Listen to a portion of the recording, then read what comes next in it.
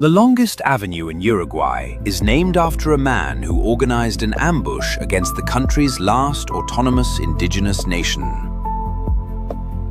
Uruguay declared independence in 1828.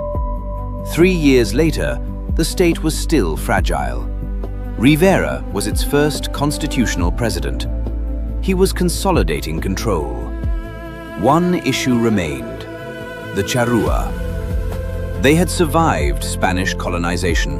They had survived shifting empires. They were still there. Rivera sent word. The army, he said, needed their help to defend the border. They gathered at a place called Salsipuedes. In Spanish, it means, get out if you can. There was waiting. There was drinking.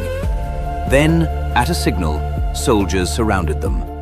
Gunfire, close-range blades, confusion in an open field. The encounter was recorded as a battle. It functioned as a planned ambush. Those who survived fled. They were pursued. Women and children were captured. They were forced to march 260 kilometers to Montevideo, on foot.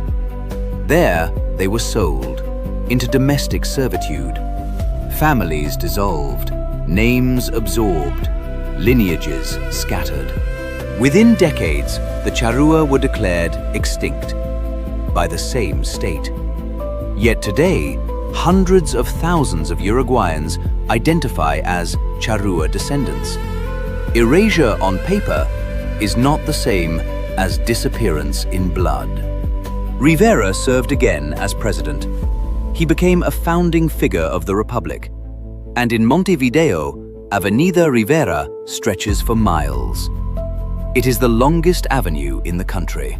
States stabilize themselves through constitutions, through borders, through the elimination of what they could not absorb.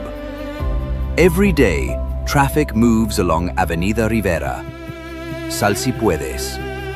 Get out if you can. Some could not. Sometimes a nation paves over what stood before it and calls it order.